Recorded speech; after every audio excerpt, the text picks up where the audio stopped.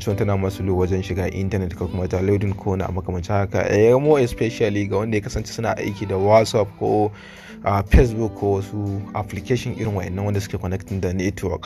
So abubuwa da yawa sukan haifar da irin wannan problem din, wanda cikin wannan bidiyo zamu tattauna kan yadda zaka magance wannan problem da kuma yadda zaka gane me kuskuren ka ko kuma me yake janyo wannan abun ga wayanka na Android. So daga cikin abubuwan gaskiya akwai abubuwa da yawa wanda in an faɗa ma za ka yi mamaki matuƙa akan abubuwan da suka haifar da wannan problem ɗin.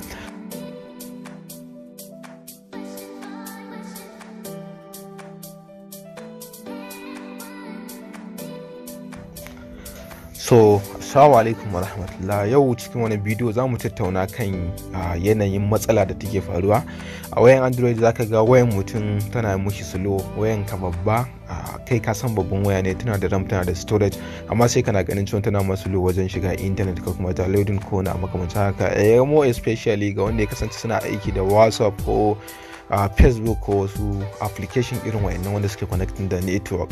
So abubuwa da yawa sukan haifar da irin wannan problem din, wanda cikin wannan bidiyo zamu tattauna kan yadda zaka magance wannan problem da kuma yadda zaka gane me kuskuren ka ko kuma me yake janyo wannan abun ga wayanka na Android. So daga cikin abubuwan gaskiya akwai abubuwa da yawa wanda in an faɗa ma za ka yi mamaki matuƙa akan abubuwan da suka haifar da wannan problem din. So na farko abin da ya kamata mu fara yin bayani a kan shi shine WhatsApp. Kasancewan WhatsApp shine wani manhaja wanda mutane suka fi mai da hankali wajen yin shi. Sau tari zaka ga mutane suna yin social media, amma dukkan wayannan sauran Facebook, Twitter ba su dame su ba kamar yadda suke hawa WhatsApp. So abin da ya kamata mu fara fahimta shine WhatsApp yana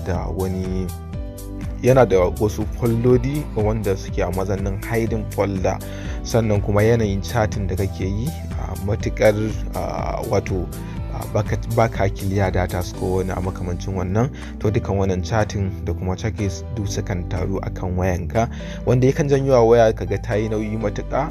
For example yanzu bari nuna mana wani misali. Na farko mu je mu setting na kan wayar mu. In mun je setting na kan wayar mu shiga wajen da zamu ga rubuta application ko kuma application manager ko kuma apps kamar yadda yake a nan wajen. So mun duba wannan ko mun shiga cikin wannan, shi zai bamu damar da zamu ga dukkan wasu application da suke kan wayar mu, tun daga wanda muka daura har kuma wanda wayar ta zo da su.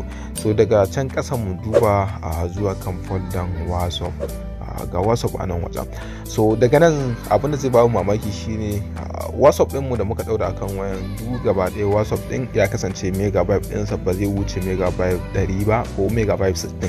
So amma abinda zai bamu mamaki shine daga nan wajen zamu ga cewa akwai nauyi ko kuma akwai wato wanda yake nuna cewa nauyin shi WhatsApp ɗin ya kama da megabyte 224.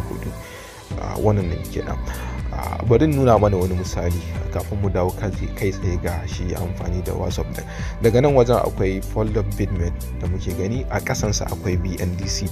So daga nan akwai Twitter. Dukkan wayannan application da nuna mana duk gaba daya file ɗinsu ko kuma nauyinsu gaba ɗaya bai kai megabyte 50 ba dukkan kowane guda ɗaya. So amma kuma daga nan za mu yi mamakin cewa gashi nauyinsa a nan ya nuna mana megabyte 600 da wani abu, 666. So me yake ko su wannan problem ɗin? So bari mu je mu nuna muku irin problem ko kuma abubuwan da suke kosin kaga application ya ƙara nauyi akan wayanka, wanda nauyin application yakan janyo wayan mutum ba ta da wato ba babban ram bane kaga tana masu loko na makamancin wannan yayin yin browsing. So na farko za mu je mu shiga file explorer. A file explorer mun gabatar da tutorial sosai akan ta a wannan channel, sannan kuma za mu ba da link ɗinta a wajen description na wannan bidiyon, kuna iya ɗaukowa domin tana da matukar muhimmanci wajen nuna mana ko kuma ba mu dama mu ga hidden file da kuma irin wasu abubuwa da sukan taru sukan haifar da irin matsala. So na buɗe file explorer na kan wayana.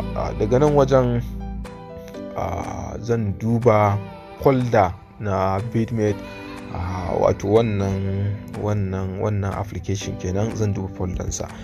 So kafin zuwa duba folder nashi zan ba wa file explorer dama ta zama cewa za ta iya ganin dukkan wasu hidden file na kan wayana. So daga nan zan duba nan inda nake taba wannan, zan duba akwai configuration kamar yadda ke anan wata, zan taba configuration. Daga nan akwai show hidden file wanda na taba shi ne zai bani dama na ya zama cewa zan iya ganin dukkan wasu file da suke kan wayana wanda suke a mazannin hidden. So yanzu zan koma in duba a natse, zan duba zan ga folder bitmate ga ta nan wajen.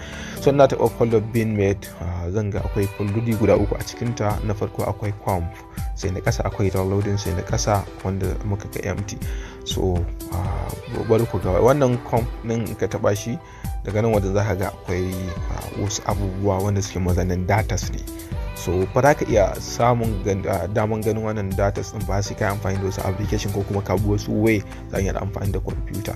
So wayannan kaman wasu document ne wanda ita wannan bitmate din ta ajiye min, wanda ya kasance ina aiki da, misali in na shiga internet ko kuma na yi wani abu da bitmate, so za ta yi recording abin, za ta ajiye min akan wayana kamar yadda yake a nan wajen. So wannan kenan.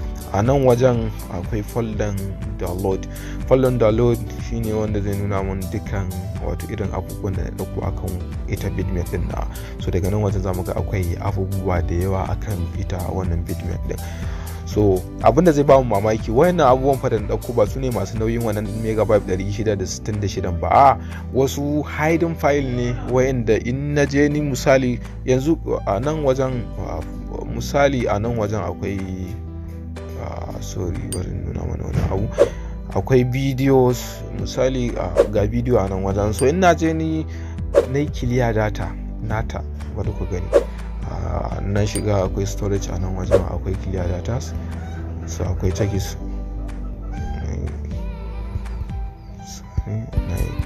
na yi clear din shi, so bai yi ba. So yawa, so wannan ne yana yi yasa nan bai ba. So yanzu za ku ga cewa nauyin application din gaba ɗaya megabyte 46 ne kamar yadda muke gani a nan wajen, wanda gashi da yanzu mun goge, mun yi deleting clear data dinsa ba. So mun koma cikin wannan folder da nake cikin na bitmate, so wata kun ga still abubuwan da suke cikin bitmate suna nan, amma taruwan yanayin yadda nake shiga intanet da kuma yanayin yadda nake downloading da kuma tura abubuwa ya sa nauyin checkers ko kuma nauyin wannan abubuwan da suke kan wayar ko kuma suke kan wannan bitmate wanda ake recording suka taru suka zama cewa yayi nauyi da yawa har ya kai megabyte 666, wanda iya shi kadai ma zai iya haifar min da problem. Wayana ya zama cewa wayana tana slow wajen yin browsing ko kuma wajen wani yin wani abu makamancin wannan. So wannan hanya na farko kenan. So za ku bi dukkan wasu application ɗinku da kuka tabbatar kuna yawan yin aiki da su, za ku bi su one by one ku yi wannan clear data din nasu, wanda in har Allah ya yarda kun yi clear data din wannan abubuwan za ku ga cewa kun dawo da ku yi aiki da wayan ku normal ba tare da problem ba. So wannan kenan.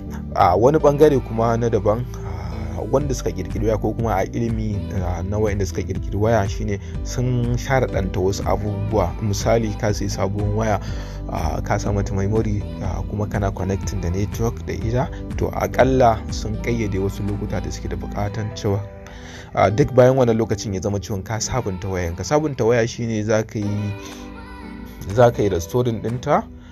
Zai zama cewa zaka na restoring ɗinta dukkan bayan wata 3 saboda ka samar mata da isasshen damar da za ta yi browsing, ko da wajen cin caji ko wani makamancin wannan. In ya zama cewa duk bayan wata 3 ne, na manta watannin da suka kayyade, amma duk bayan wannan time din ya zama cewa kana maintaining na wayanka, kana kula da ita.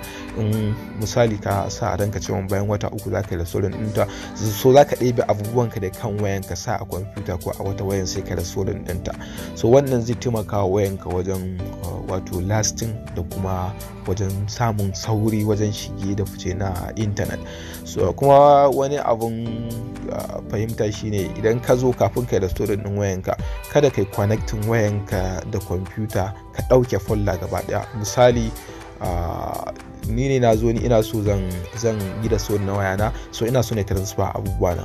In na zo wajen transfer din nan sai wai misali na yi copy ko kuma na yi moving ko na yi share na wannan folder bitmap din. So kaga wannan in na share din ta zama yana nuna mun cewa da dukkan abubuwan da suke cikin wannan folder na trackers da wasu hidden file na tattara su na tura akan kwamfuta na, wanda in na gama restore din na zo zan dawo to zan ƙara dawowa da wannan folder wanda take tare da cycles da hidden file da ita kan waya. So kaga wannan yana nuna cewa kaman ba a yi aikin ba kenan. So amma dabaran shine zaka iya zama cewa ka sa wani folder mai suna bitmap akan kwamfuta, sai ya zama cewa ka ɗeba dukkan wasu abubuwa da suke kan wannan folder na bitmap one by one. Misali zan shiga wajen downloading, zan ɗeba dukkan iya bidiyoyi na, sannan kafin in na zo yi zan buɗe hidden file, saboda in na zo copy ko kuma na zo makin na ga cewa ta copy mun iya abubuwan da nake so ba tare da wayanda ba na so ba. So wannan shine zai bani damar da zan sauƙaƙa wayana wajen yin sauri wajen browsing da so sannan idan wayana tana slow, wannan shine hanyar da zai bani dama na magance wannan slow din da take, ko da kuwa kullun zai kasance ko kuma kullun ina shiga internet ko na makamancin wannan. So amma daɗin daɗawa ko kuma abin da ya kamata mu fahimta shine da zarar na je na yi kiliya na application dina, so wannan yana nuna cewa application ɗina zai dawo sabo ne. Kamar misali WhatsApp, in ka je kai kiliya data na WhatsApp, so fa sai ka sake sabuwar rijista da dukkan wasu abubuwa makamantan wannan. Sannan in baka yi backup na WhatsApp ɗinka ba, za ka yi losing chatting ɗinka gaba ɗaya. Saboda haka kafin yin abin akwai buƙatan ya zama cewa ka shirya dukkan yin wannan abubuwan. Sannan kuma kamar misali wannan kamar su bitmap ko opera ko wani a makamancin wannan, in kai to dole sai ka sake sign in da email ɗinka ko wani a makamancin wannan. So a takaice dai akwai dokoki da ya kamata mu fara fahimta kafin gabatar da wannan aikin. Saboda haka akwai buƙatan ya zama cewa mun fahimta ko kuma mun san cewa idan mun yi kiliya data na application ɗinmu to zai dawo kamar sabo ne. Saboda haka dukkan wasu abubuwa sai mun sake sabunta su da kuma sauran wasu abubuwa makamantan wannan. So a nan dai za mu dakata. Idan akwai abin da ake tambaya ana iya tambayar mu, insha Allah in na da amsa za mu amsa.